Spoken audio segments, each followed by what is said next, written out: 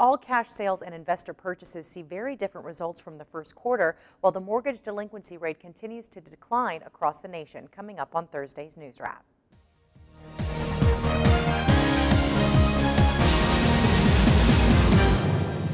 The share of all cash sales reached a new high in the first quarter of 2014, even as the total share of institutional investor purchases dropped to near record lows. All cash sales made up 42.7% of all U.S. residential property sales for Q1, up from 37.8% from the previous quarter, according to RealtyTrac's U.S. Institutional Investor and Cash Sales Report.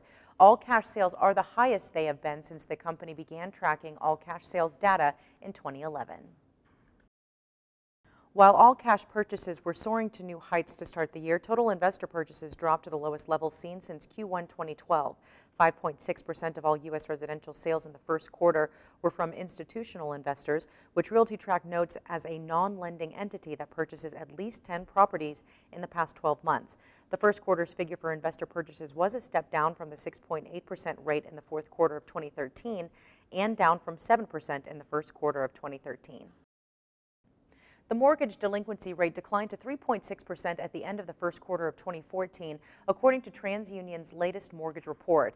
Overall, the mortgage delinquency rate has dropped 24% in the last year and has experienced 9 consecutive quarters of decline. Currently, the rate is at the exact same level as it was in the second quarter of 2008, according to the company.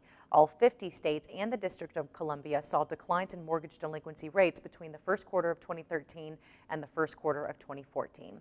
You can find more on these stories and all of your latest industry headlines right here on our site. Thanks for joining us. We'll see you again on Friday. Until then, stay with dsnews.com for all of your most relevant default servicing news.